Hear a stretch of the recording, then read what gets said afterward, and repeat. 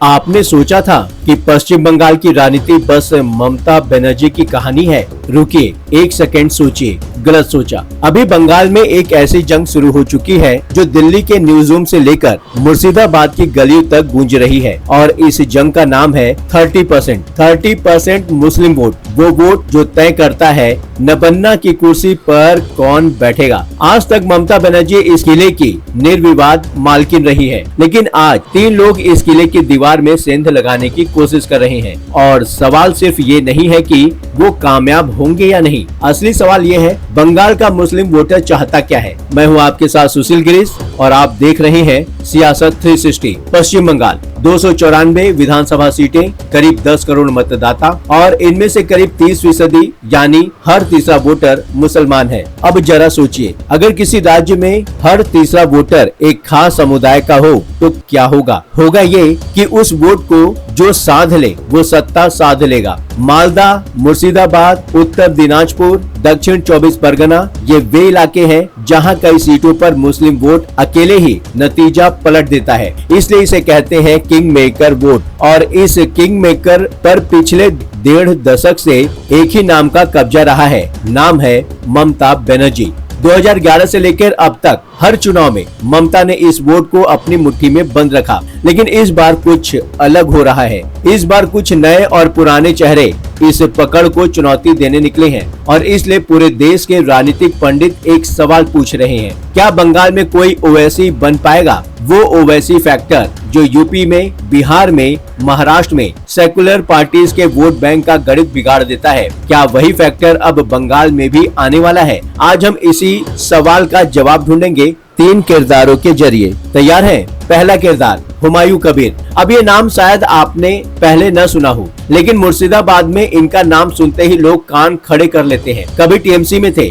ममता के साथ, लेकिन फिर बगावत, अपनी पार्टी बना ली, नाम रखा आम जनता उन्नयन पार्टी। बड़ा नाम है और अब उन्होंने AIMIM यानी ओवैसी की पार्टी के साथ गठजोड़ कर लिया है। प्लान क्या है सुनिए। 294 में से 182 सीटों पर हुमायूं कबीर लड़ेंगे और 8 सीटों पर ओवैसी। 190 सीटें, ये तो पूरे बंगाल पर धावा बोलने वाली तैयारी है। लेकिन रुकिए, 182 सीटों पर लड़ना और 182 सीटों पर जीतना, दोनों में जमीन आसमान का फर्क है। हुमायूं कबीर की ताकत है मुर्शिदाबाद, वहाँ उनकी पकड़ है, वहाँ लोग उन्हें जानते हैं। बाबरी मस्जिद के मुद्दे पर उनकी सक्रियता ने धार्मिक मुद्दों से जुड़े एक वर्ग में उनकी पहचान मजबूत की है। लेकिन, और ये बड़ा लेकिन है, राजनीति सिर्फ पहचान से नहीं जानी जाती और नहीं चलती है। चाहिए संगठन, चाहिए नेटवर्क, चाहिए बूथ लेवल मशीनरी और यही वो जगह है जहां हुमायूं कबीर कमजोर पड़ जाते हैं। उनका असर मुर्शिदाबाद से बाहर जाते ही पतला हो जाता है। मुसलमान मस्जिद के नाम पर हर तरह की मदद दे सकते हैं, लेकिन वोट जकात में नहीं मिलते। तो हुमायूं कबीर का असली रोल क्या होगा? राजनीतिक विश्लेषक एक ही शब्द कह रहे हैं, स्पॉइलर, यानी जीत शायद मिले न मिले, लेकिन टीएमसी के वोट कट सकते हैं और बंगाल की राजनीति में एक वोट का फर्क भी बहुत बड़ा फर्क होता है। दूसरा किरदार है और ये नाम आप जरूर जानते होंगे, असदुद्दीन ओवैसी। राष्ट्रीय चेहरा, आक्रामक वक्ता, मुस्लिम राजनीति की सबसे तेज आवाज। बिहार में उन्होंने सीमांचल में धमाका किया था और उसके बाद से हर राज्य में सवाल उठता है, क्या यहाँ भी ओवैसी आएंगे? बंगाल में जवाब है, आए थे 2021 में और हुआ क्या? AIMIM ने 7 सीटों पर चुनाव लड़ा, जीत 0, एक भी सीट नहीं मिली। बंगाल ने साफ संदेश दे दिया था, यहाँ बिहार वाला फार्मूला नहीं चलेगा। क्यों? क्योंकि बंगाल का मुस्लिम वोटर अलग तरह से सोचता है। वो भावनाओं से पहले गणित देखता है। उसके दिमाग में एक ही सवाल होता है, बीजेपी को हराने के लिए किसे वोट दूं? और इस गणित में अभी भी टीएमसी सबसे आगे है। इस बार ओवैसी ने रणनीति बदली है, हुमायूं कबीर के साथ जोड़ लिया है, लेकिन सीटें सिर्फ 8। AIMIM का असर मालदा, मुर्शिदाबाद और उत्तर दिनाजपुर के कुछ इलाकों में है, लेकिन वो असर सतही है, गहरा नहीं है। ऊपर से पार्टी के अंदर ही भ्रम की स्थिति है। टिकट की अफवाहें उड़ रही है। प्रदेश अध्यक्ष इमरान मलिक सोशल मीडिया पर सफाई देते नजर आ रहे हैं। ओवैसी की सबसे बड़ी दिक्कत है टैक्टिकल वोटिंग। बंगाल का मुस्लिम वोटर बंटना नहीं चाहता, उसे डर है अगर वोट बटा तो बीजेपी को फायदा होगा और इसी डर की वजह से ओवैसी का नाम बड़ा होने के बावजूद असर छोटा होता है। तीसरा किरदार है शायद सबसे दिलचस्प किरदार, अब्बास सिद्दीकी। ये कोई सामान्य नेता नहीं है, ये फुरफुरा शरीफ से जुड़े हैं, बंगाल का एक बेहद महत्वपूर्ण धार्मिक केंद्र। यानी इनकी पहचान सिर्फ राजनीतिक नहीं, धार्मिक और सामाजिक भी है। 2021 में उन्होंने इंडियन सेकुलर फ्रंट यानी कि ISF के बैनर तले लेफ्ट और कांग्रेस के साथ मिलकर चुनाव लड़ा। 30 से ज्यादा सीटों पर उम्मीदवार उतारे और नतीजा एक सीट, सिर्फ एक, भांगर। अब आप सोच रहे होंगे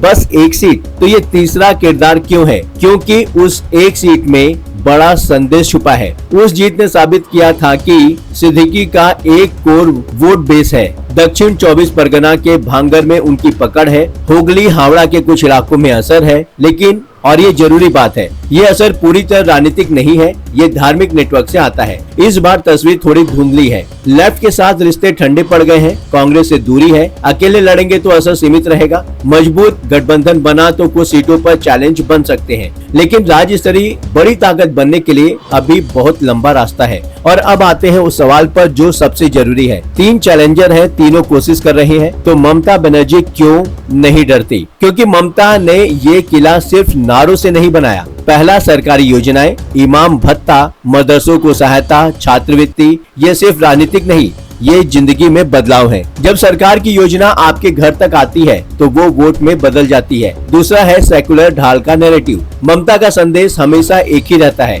बीजेपी को रोकना है तो TMC ही रास्ता है। और ये नैरेटिव काम करता है क्योंकि लोग मानते हैं। ईद के दिन ममता ने कहा, मोदी सऊदी अरब जाकर हाथ मिलाते हैं, वापस आकर हिंदू मुस्लिम करते हैं, SIR की आड़ में वोटरों के नाम कटवाते हैं, घुसपैठिया का लेबल लगाते हैं। ये सिर्फ भाषण नहीं, ये पोजीशनिंग है, ये मैसेज इंजीनियरिंग है। तीसरा, बीजेपी का डर। बंगाल में बीजेपी का उभार पैराडॉक्सिकली ममता की सबसे बड़ी ताकत बन गया। जितना बीजेपी का डर बढ़ा, उतना मुस्लिम वोट ममता के पास कंसोलिडेट होता गया। चौथा है संगठन। TMC का बूथ लेवल नेटवर्क बंगाल में किसी से कमजोर नहीं। चुनाव के दिन ये नेटवर्क ही सबसे बड़ा हथियार बनता है। पांचवा है प्रतीकात्मक राजनीति। ईद में खुद मौजूद रहना, मुस्लिम नेताओं को आगे बढ़ाना, छोटी छोटी बातें लेकिन बड़ा भरोसा बनाती हैं। और यही है ममता का असली हथियार, भरोसा। लेकिन सबसे बड़ा सवाल अभी बाकी है, क्या बंगाल का मुस्लिम वोटर बदलाव चाहता है? ईमानदारी से जवाब दें तो हाँ भी और नहीं भी। असंतोष हर जगह होता है, बंगाल में भी है।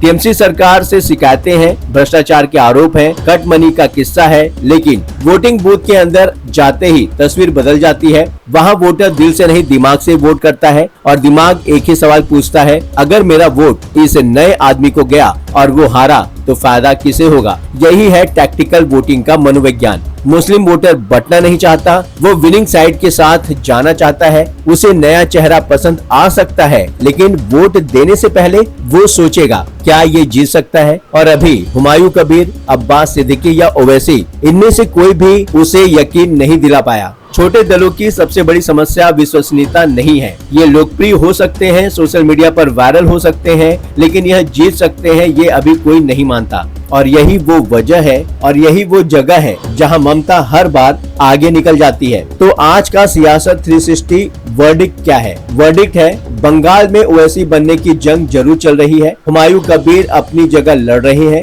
अब्बास सिद्दीकी अपनी जमीन बचाने और बढ़ाने में लगे हैं, ओवैसी मौके की तलाश में है, लेकिन तीनों सीमाएं साफ हैं, लोकल हैं, लिमिटेड हैं और लोग अभी इन पर रिस्क लेने के मूड में नहीं है। दूसरी तरफ ममता के पास है भरोसा, नेटवर्क और जीत का ट्रैक रिकॉर्ड। लेकिन ये भी सच है, हर किला एक न एक दिन कमजोर होता है, हर वोट बैंक एक दिन हिलता है, असंतोष की आग धीरे धीरे जलती है। आने वाला चुनाव बताएगा क्या ये सिर्फ शोर है या सच में बंगाल की राजनीति में कोई नया चेहरा उभरने वाला है। आप क्या सोचते हैं? कमेंट में बताइए। अगर ये एनालिसिस आपके काम आई तो चैनल को सब्सक्राइब कीजिए और अगले एपिसोड के लिए तैयार रहिए, क्योंकि सियासत 360 अभी खत्म नहीं हुई है। लगातार खबरों के लिए बने रहिए 7 TV भारत के साथ।